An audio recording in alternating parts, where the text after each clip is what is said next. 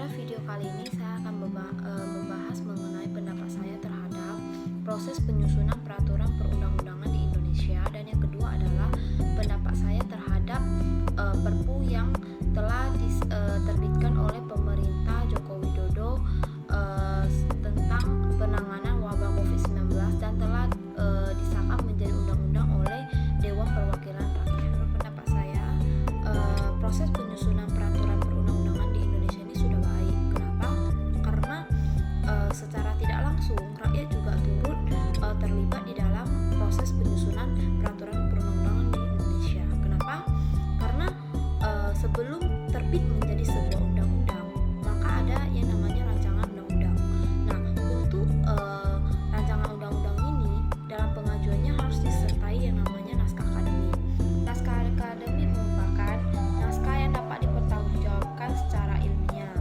Dan untuk mendapatkan naskah akademik ini, maka pemerintah harus menunjuk salah satu universitas untuk menyusun naskah akademik ini. Karena naskah akademik ini merupakan salah satu syarat dalam pengajuan rancangan undang-undang. Dan untuk pengajuan rancangan undang-undang dapat dilakukan oleh baik DPD, Presiden maupun DPR. Setelah mendapatkan naskah akademik, maka rancangan undang-undang akan ditindaklanjutkan dengan dua tingkat pembicaraan. Dalam pembicaraan tingkat pertama akan dilakukan dalam rapat komisi gabungan, badan legislasi, badan anggaran, dan panitia khusus.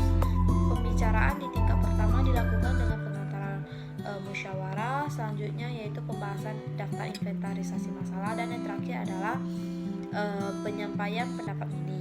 Setelah tingkat pertama selesai, maka akan dilanjutkan dengan tingkat kedua yang dapat dilakukan di dalam rapat paripurna DPR.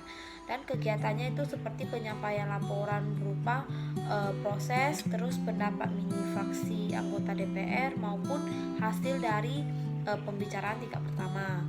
Dan yang selanjutnya itu adalah pernyataan penolakan ataupun persetujuan dari rancangan undang-undang. Dan yang terakhir yaitu pendapat dari Presiden, dan ini disampaikan oleh menteri yang telah ditugaskan. Jika rancangan undang-undang tersebut tidak mencapai kesepakatan yang dilakukan dengan musyawarah, maka akan dilakukan dengan suara terbanyak.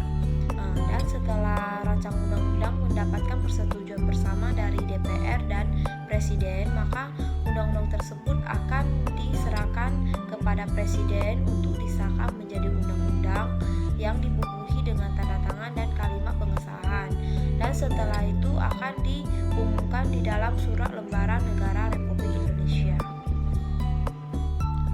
Sehingga menurut pendapat saya, proses penyusunan peraturan perundang-undangan di Indonesia ini sudah baik, karena secara tidak langsung rakyat turut terlibat di dalamnya karena hadirnya naskah akademik.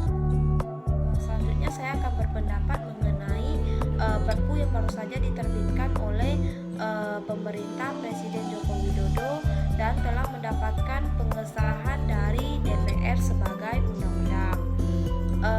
Saya sependapat dengan Perpu yang baru saja diterbitkan dan mendapatkan pengesahan ini. Kenapa?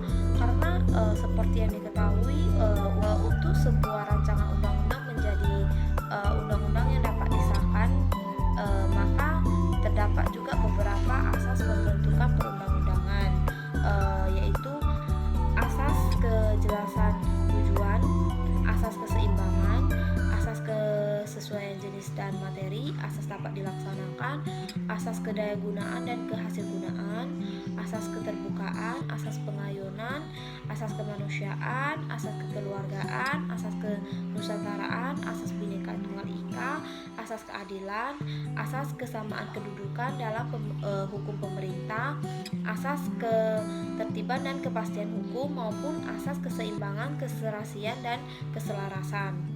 Untuk Perpu kali ini saya akan kaitkan dengan asas kedayagunaan dan kehasilgunaan.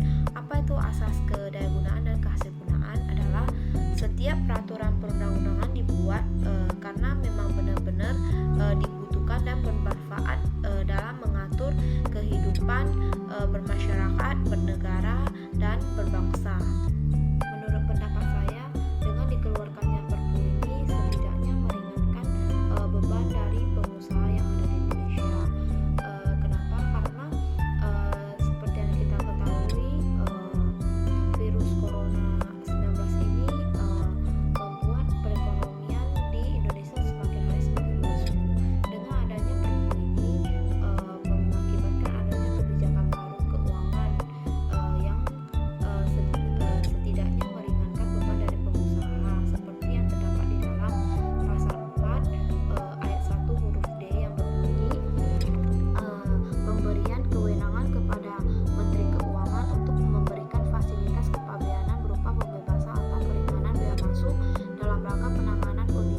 darurat serta pemulihan dan penguatan ekonomi nasional.